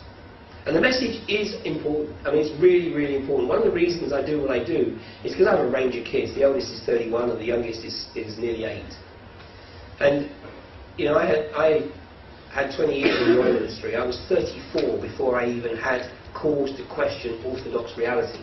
It took me a long time to integrate what I was seeing, what I was experiencing. 9/11 was my line in the sand. But, you know, my concern is, you know, what are we leaving our kids? I mean, we've been told, the Independent told us categorically in that article that we're leaving our kids potentially a tax debt of £200,000 over their lifetime. You know, I told my daughter, stay in Mozambique, earn £700 a month. She can live in Mozambique on £300 a month. All the other money has to go into her savings, because if she wants to come home, it's the flight ticket and then the spending money she has when she comes home. But she can live out there on £300. And she is far happier doing that than trying to come back to the UK and trying to integrate into, you know, some career here. Woodrow Wilson said some of the biggest men in the United States in the field of commerce and manufacture are afraid of something. They know that there is a power somewhere so organised, so subtle, so watchful, so interlocked, so complete, so pervasive, that they had better not speak above their breath when they speak in condemnation of it. But there are only a few. There are only a few. By definition, they are the few. We are the masses. It's about time that they realise that the masses can function as one.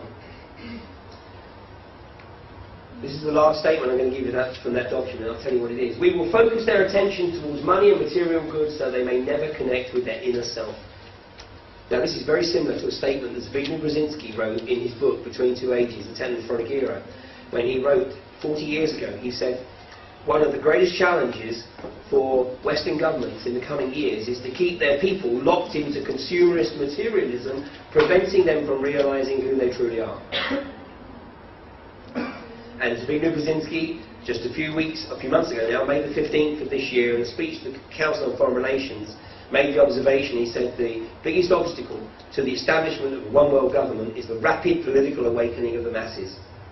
So 40 years ago, he was writing about the spiritual awakening, and 6 months ago he was writing or talking about the political awakening. The combination of the political awakening with the spiritual awakening scares the crap out of the inner sanctum, and that's why they're accelerating their agenda. Now, in the run-up to 9/11, I was actually in Central America researching Mayan mythology and cosmology, because in addition, in parallel with my research in deep geopolitics, I also have a very deep interest in the philosophy and the wisdom and the knowledge of indigenous peoples. And so I was in Central America for 5 months, in the 5 months actually prior to 9/11, researching Mayan mythology and Mayan cosmology. But earlier this year I was in Peru. It was a trip that I planned last October, and the reason I wanted to go to Peru was because I wanted to spend some time with a group of people there known as the Laika. And it's a part of the Quero tribe. And the reason that I wanted to spend some time with these people is because these people have been lost to the world for 400 years, because they had been chased into the high Andes by the conquistadors in the early 16th century. And everybody in Peru assumed they'd been murdered, they'd been killed, because the conquistadors returned, but these guys didn't.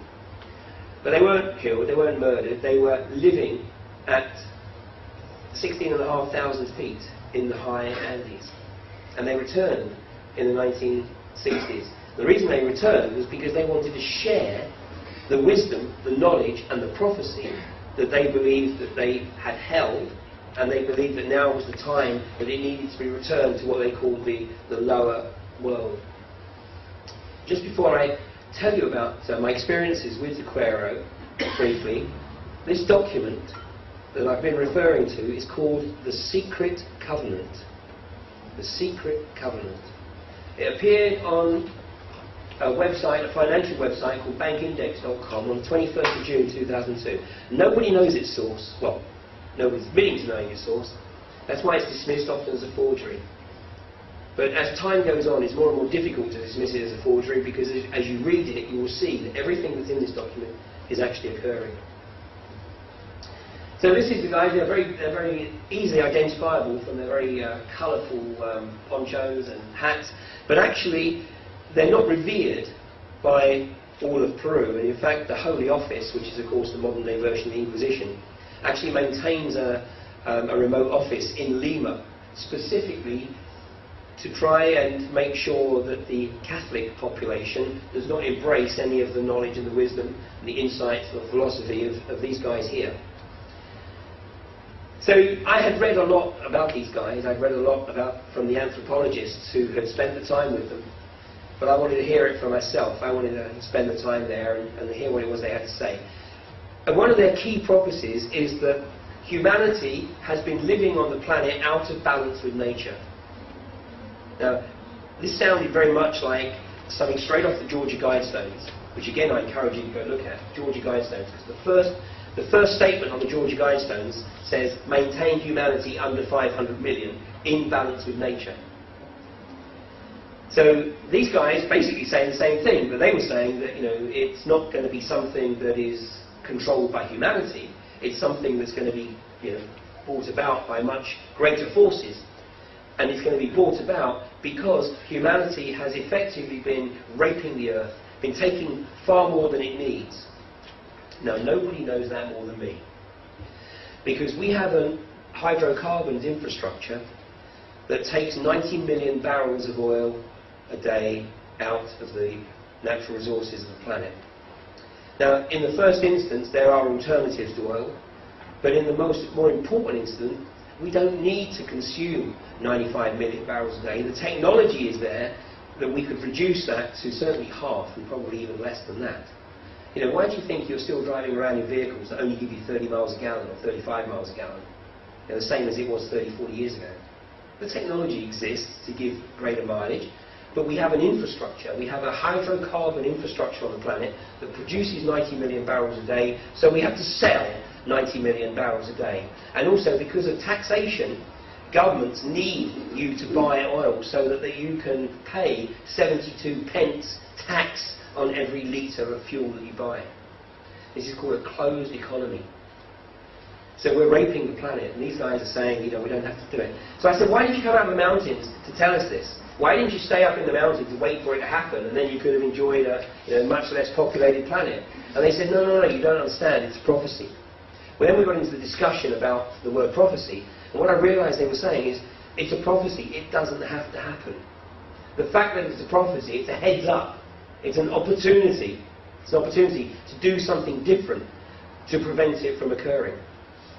So they made the observation, they were saying that basically what we have to do is we have to do two things. We have to take physical action. We have to do what we can to bring about a change in the way in which we live our lives on the planet, the way in which we function as a society.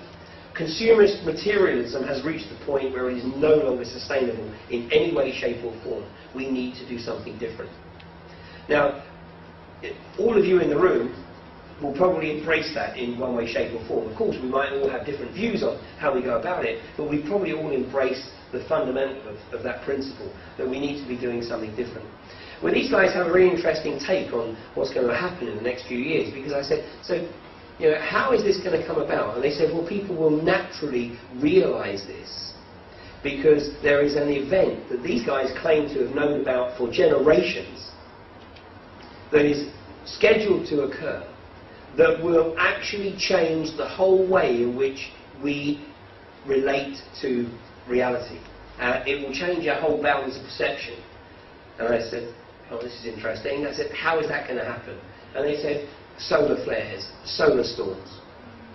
I knew from other research that the solar storms, solar activity is due to reach a peak, and a peak unknown in recorded time, in the middle of 2012. And what these guys are saying is that these solar storms are actually going to awaken and trigger what we have been told is junk DNA. Because these guys believe that this was DNA that was shut down millennia ago, and we are on the brink of having an opportunity to return to who we truly are. Now, that sounds familiar because that was what was written in the secret doctrine. Prevent us from realizing who we truly are. These guys are saying that there's going to be a natural, universal event that gives us an opportunity to open up to completely new bounds of perception. But they say that, you know, we can't just sit back and wait for this. You know, we have to take some positive action. We have to start demonstrating that we want to do things differently. But they also make another observation. They said it's not enough just to make the physical changes. We've also got to start, and their word is dream. We've got to start to dream the type of future that we want. And then we got into some discussion, and I realised that in terms of, you know, my interpretation, what they're really saying is we need to visualise.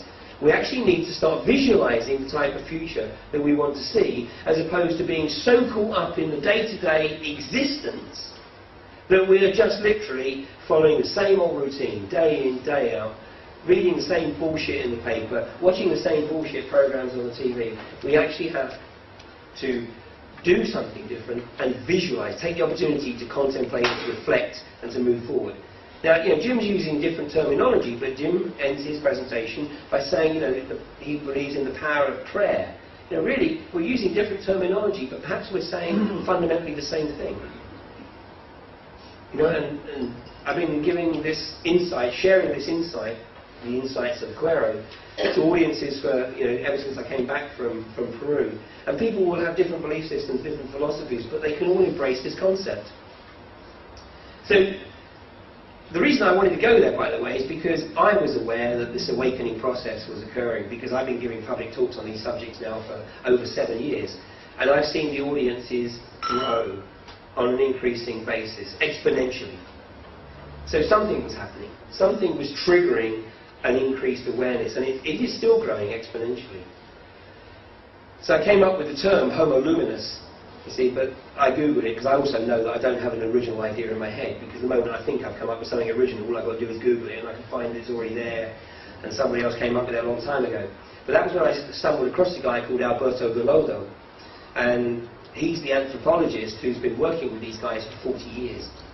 So it was actually at Alberto Velodo that I went out to Peru with, to spend the time with these guys.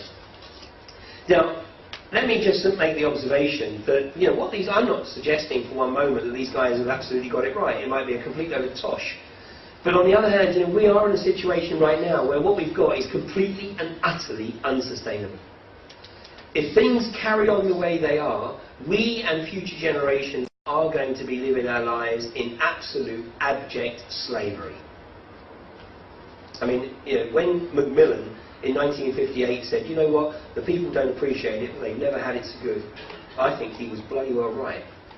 Because back in 1958, a family could survive on a single wage. A single wage of a working man in a normal job, working 40 hours, no overtime. My mother never worked. My father was a lift engineer, working for the Greater London Council. He never did overtime. He was very much into youth work. That was his pastime. My mother never... The only time my mother started working was when I and my sister both left home, and that's because she was bored. So, and we could have 2 weeks holiday every year. Okay, we didn't go to Spain, we went to Clacton, but apart from that, you know, we had a reasonable life. That's not possible today. It's not possible for a family to exist on a single wage.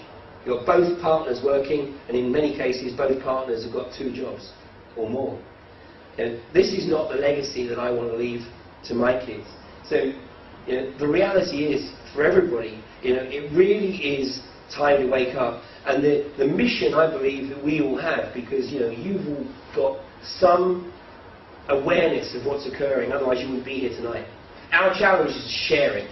Not everybody's ready to hear it yet, that's for sure. And that's why, you know, we put ourselves up for ridicule, you know, when we try and broach these subjects. But the reality is that more and more and more people... Look at the response. Go Google the Sean Doherty Highland Radio page on Facebook. Sean Doherty tried to marginalise Jim in the first instance, and then later in the interview myself.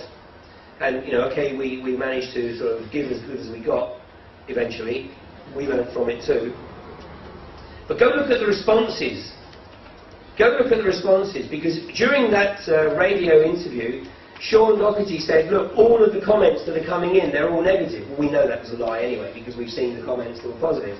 He said all the comments are negative, and that was what he was putting out on air. But all the comments on the Highland Radio Sean Doherty Facebook page, the vast majority of comments, and I mean, when I say vast majority, I'm talking 70% plus, are all supportive of what Jim and I were saying.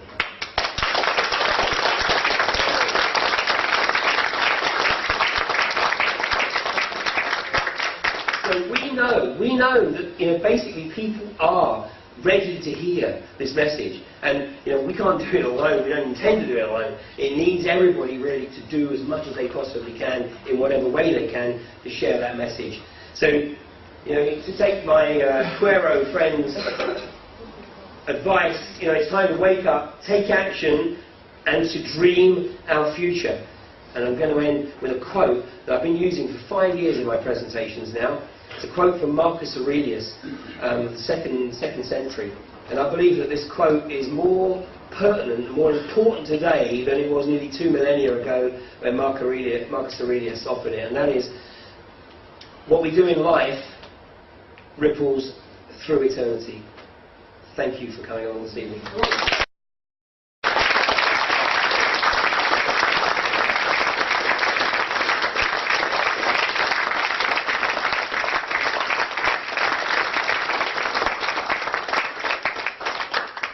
A question and answer session very shortly, but you have to agree that was a A1 presentation. That should really make you go and tell your friends and try and waken people up and share the information. I advise everybody to go on Facebook, because if people are afraid to go on Facebook in case they, you know, they get ridiculed or put up personal things. Don't put up personal things. Don't say you're going to go to Spain for a week and someone robs your house. Don't say I'm going for a pint now. Don't do that rubbish. Use it as an information highway. They pass the message and even put up, you know, YouTube videos of Ian and stuff like that. Post things up all the time. That's what I do. Post it up, get the message out. The only way we're going to change is if we change the hearts and minds of people. We get inside people's heads. So it's just telling the truth. And the truth is not an agenda. There's no political agenda here. The truth cannot be argued with. It stands alone. You know, no one can argue with the truth once you put it out there. People will ridicule you because you're going against the norm. What is normal, you know?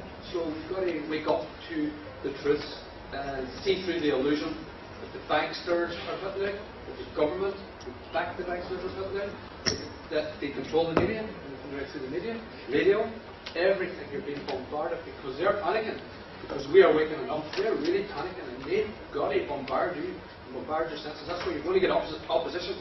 You're going to get people come up and tell you you're nuts, you're mad, you're this, you're that. Because these guys have been called out as well, you know.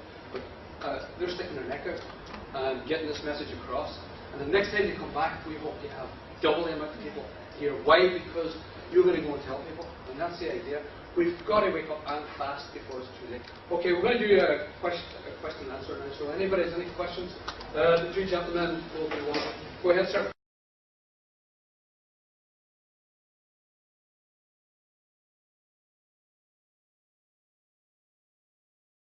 Order 17 times.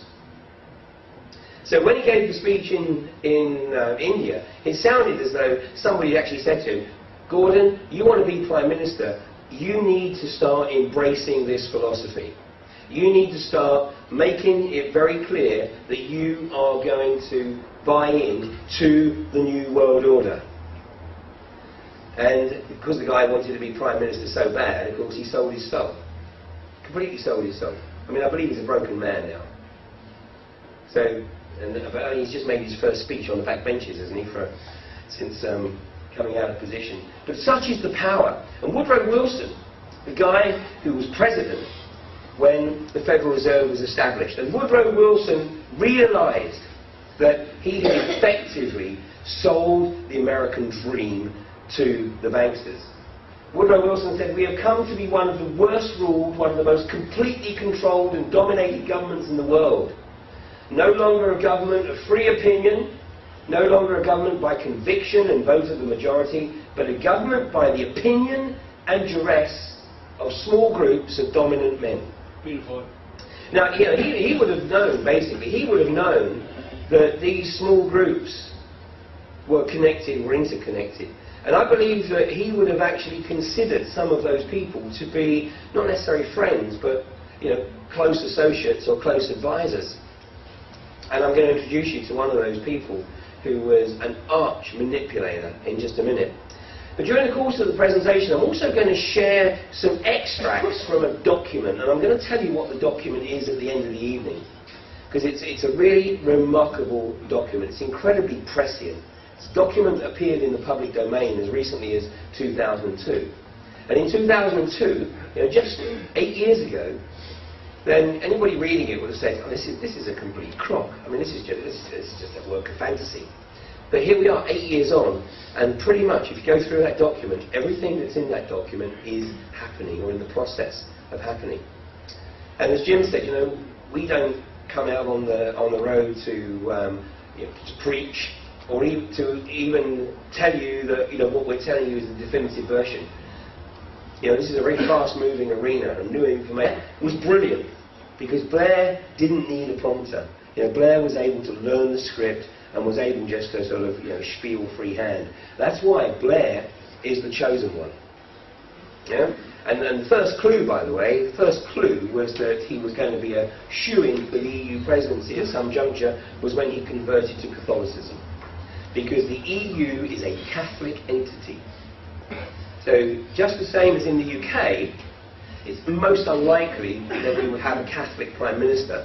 We can have a Jewish Prime Minister, we can have an atheist, an agnostic, and a Protestant, of course, but not a Catholic.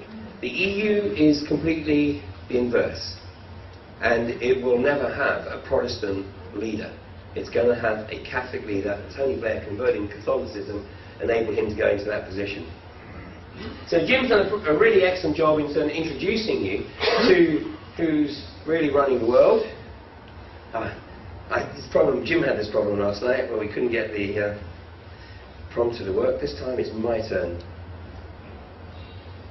And then when this happens, I'm afraid I have to demonstrate the absolute limitations of the male of the species, which is that I cannot do two things at once. I cannot get this to work and talk at the same time. So talk amongst yourselves. Someone Barry, you can do it. Here we go. Well, let's try that. Voila. Voila. Who really rules the world? Well, Jim's given you a pretty good insight into that, and I'm not going to get into the detail. But just to talk about the generics here, because this symbol here is extremely important. Extremely important. It's on the $1 bill. It's the Great Seal. But the symbolism signifies separated capstone, the eye and the separated capstone. And what this represents is the knowledge and the wisdom retained by the few, never to be shared with the masses. And anyone who is an initiate, or deemed to be an initiate, or deemed to have access to any of this information, if, God forbid, they start to share it, then effectively, and I think Jim has adopted an excellent approach in sharing quotes with you from people who have held positions of high office, who have gone onto the public record to acknowledge that there are incredible powers behind the scenes. And many of these people, when they go into high office, they actually have no idea at all, how little autonomy they will have once they actually assume a position. I mean, does anybody here know of Bill Hicks? Yeah, wonderful comedian, of course. Well, Bill Hicks told a story way back in the early 90s. He said, I had this vision that every time a new American president is sworn in on the White House lawn, immediately after he's taken the oath, he's taken down into the basement of the White House and he's shown the real film of what happened at Dealey Plaza, where JFK was assassinated in 1961. He's shown the real film, and they let it sink in for a minute, and then they say, now, Mr. President, any questions? Well, Clark, we've got a situation like that closer to home, because Gordon Brown, of course, was the Chancellor or Prime Minister in waiting for 11 years, living right next door to Tony Blair. But even though they were that close, geographically, of course, they weren't close personally, and because Tony Blair was a consummate actor and would never let it be known that it wasn't him making the decisions, I believe that when Gordon Brown actually got into number 10, he was totally unprepared for the magnitude of the pressure and the power that would be brought to bear on top of him, even though he was the Chancellor. And a classic of that was that there's actually no record of Gordon Brown ever using the phrase New World Order until January of 2008. And then he was using it in a speech in India. And it's very haunting. I mean, he gives the speech as though he's delivering it, but he doesn't really want to be saying it. But a few months later, I mean, it was just flowing out of him. And in fact, he gave a speech at the Federation of British Industry in May, which was about 6 weeks before he was actually sort of sworn in as the unelected Prime Minister. And in that speech, he uses the words New World Order, New Financial Order, New Global, Jim has already alluded to. So now the focus is on Ireland. And if Ireland capitulates, as unfortunately everybody expects it will, Ireland capitulates, basically the UK is not far behind. Because there is an agenda here that effectively covers the world. But we're going to focus tonight on Ireland because it's right in the forefront in Europe, and then obviously what's planned for Europe. The UK is about 7th in line at the moment, because once Ireland capitulates, they're going for Greece, Portugal, Italy, Spain, and then they'll start to turn their attention on the UK because, as you'll see, the UK is in a extremely precarious position, thanks to Tony Blair, ostensibly, but Tony Blair did exactly what he was asked to do. That's why he is going to be, at some juncture in the not too distant future, an EU president. Everybody thinks he's out of the frame because he didn't get it first time around, but it was too soon. It was too soon. So what they needed to do was to create the impression by appointing this the current incumbent, Rompuy, to create the impression that it's simply an honorary position. It doesn't really have much power. It's just there to chair the meeting. So that by the time Blair's put forward as president, everyone says, well, it doesn't really matter. It's not really a position that has much teeth. Well, once Blair gets in there, you watch what teeth the EU presidency really has. Because Tony Blair, of course, is the epitome of the clinical socio-psychopath.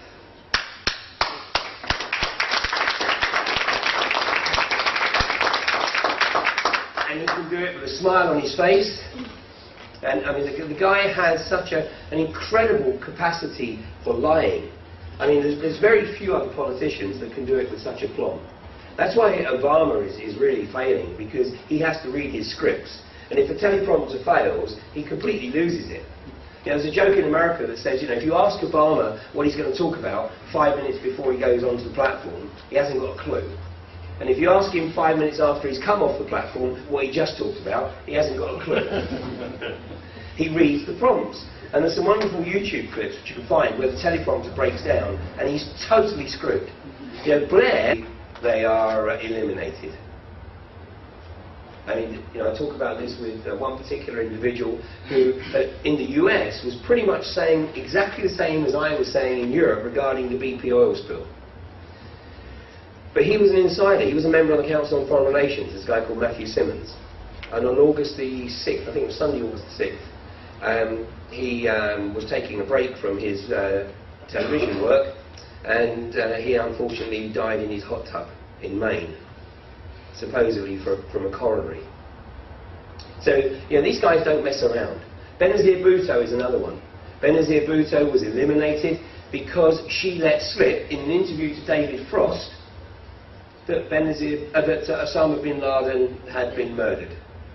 And the BBC even tried to cut that piece out of the interview. Because David Frost, of course, being a very safe pair of hands, why do you think David Frost was the chosen one to interview Richard Nixon?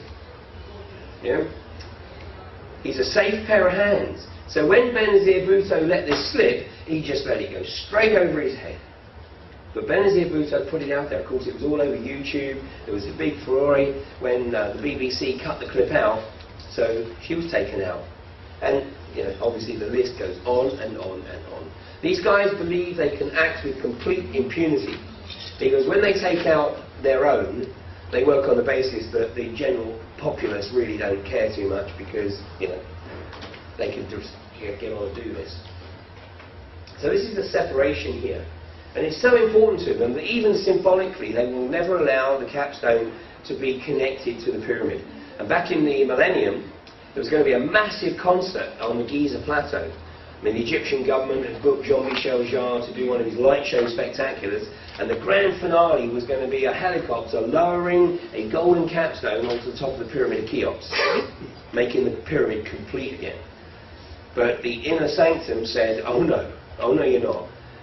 And they shut it down. They told the Egyptian government that if they went ahead with this, then they would find that their aid would be greatly reduced. So the concert didn't go ahead. And there was no way they were going to allow, even symbolically, the capstone to be connected to the pyramid. Now, through history, and